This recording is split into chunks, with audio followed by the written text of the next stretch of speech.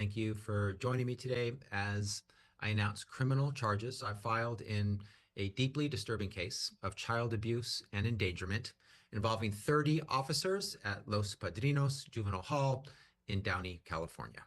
Before we discuss the details, I want to acknowledge the work done by the members of the California DOJ's Division of Law Enforcement Special Investigations Team and Division of Criminal Law Special Prosecution Section, who investigated and are prosecuting this case. Their commitment to justice is why we're able to take action today.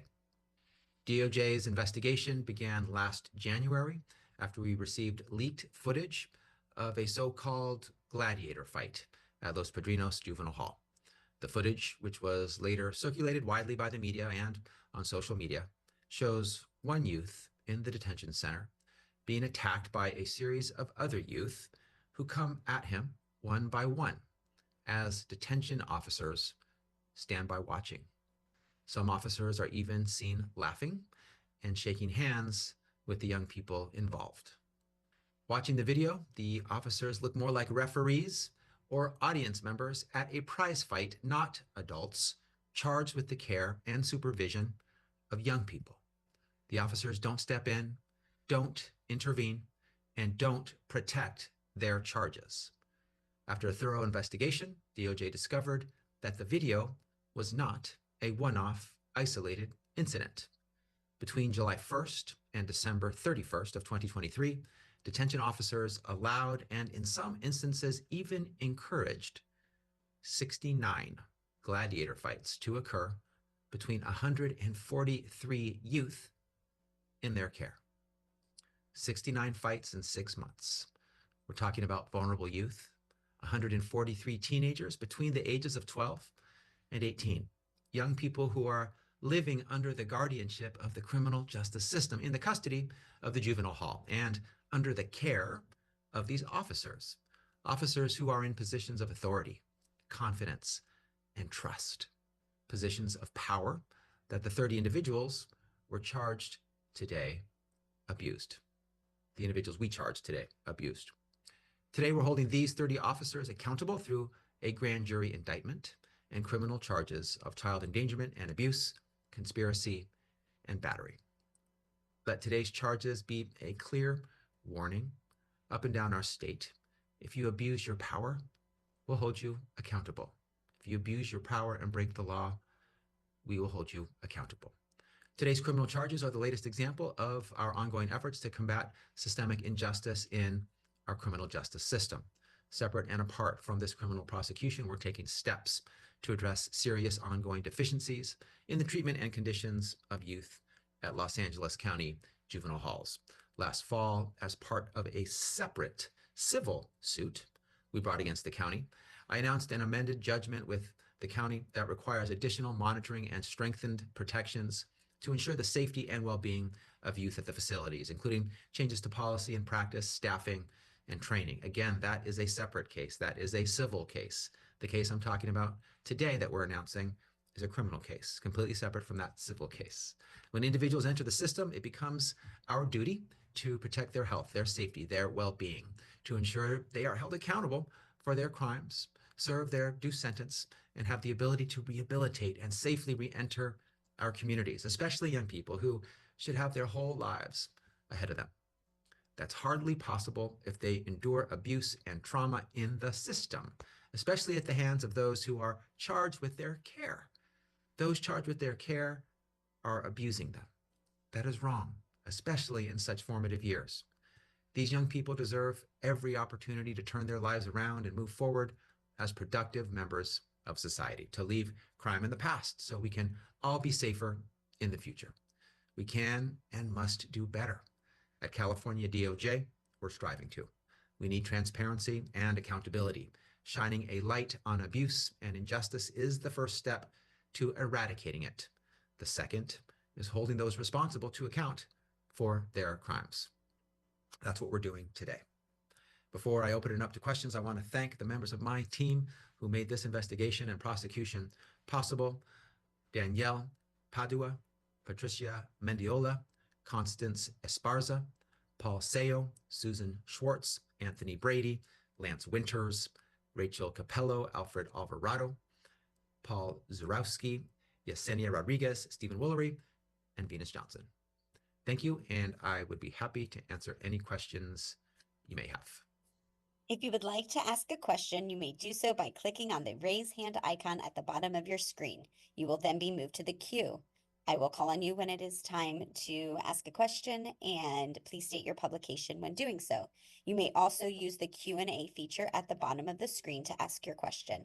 Again, if you'd like to ask a question, you may do so by clicking on the raised hand icon at the bottom of your screen.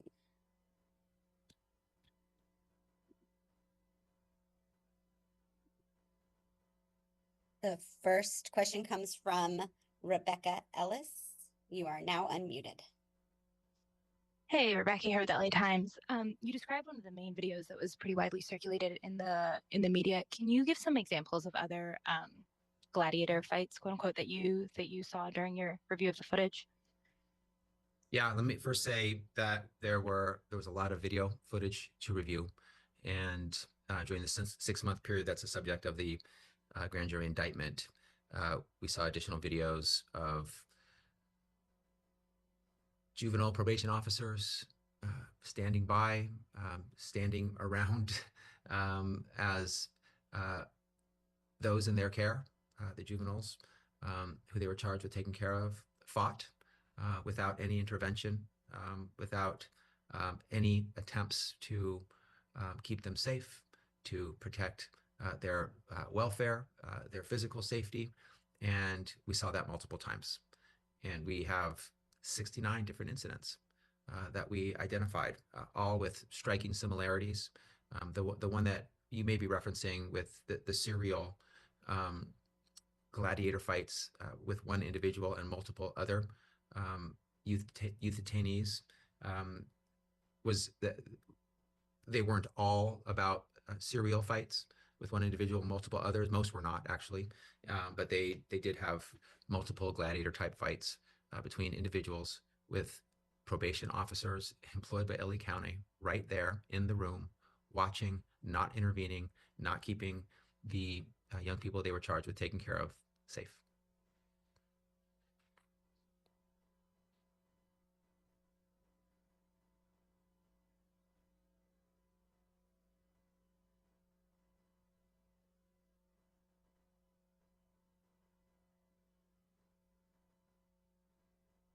Any other questions?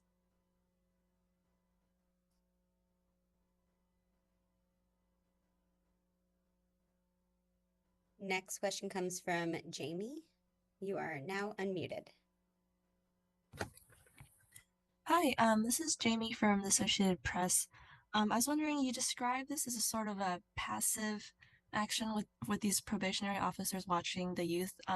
Did you uncover any evidence that they facilitated this sort of activity or organized or encouraged these sorts of fights?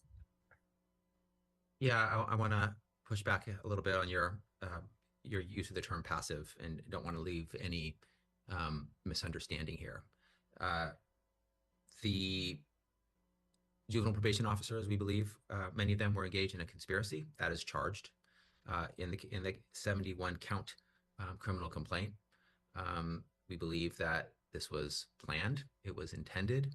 There was a desire on the part of the juvenile probation officers for these fights to occur. They often wanted them to happen at the beginning of the day in a certain time, in a certain place. A space and a time was created for the fights, and their plan was for the fights to happen and for them to stand by as they occurred and not intervene so that they could happen.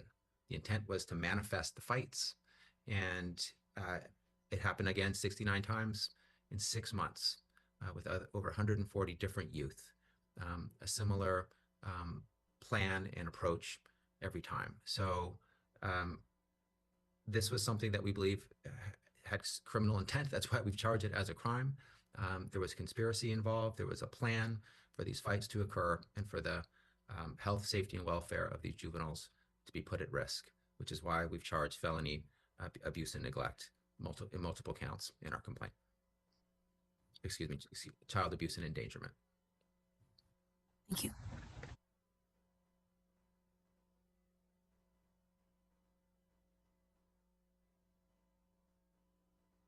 Any other questions?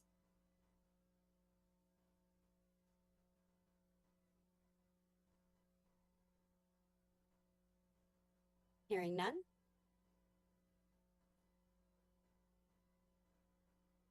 Thank you. Maybe I'll just add that the 30 defendants are in court as we speak, being arraigned. The charges are being presented to them and their rights being shared with them. And they are receiving pleas now in terms of in their initial appearance, how they plea at this time in the case in their first appearance. And there was a future hearing date being set for April. So 22 of the 30 defendants were arraigned today. 8 will be arraigned soon once they have attorneys for their criminal defense. And we will prosecute this case and make sure that we hold those who committed crimes against vulnerable youth in California accountable. Thank you.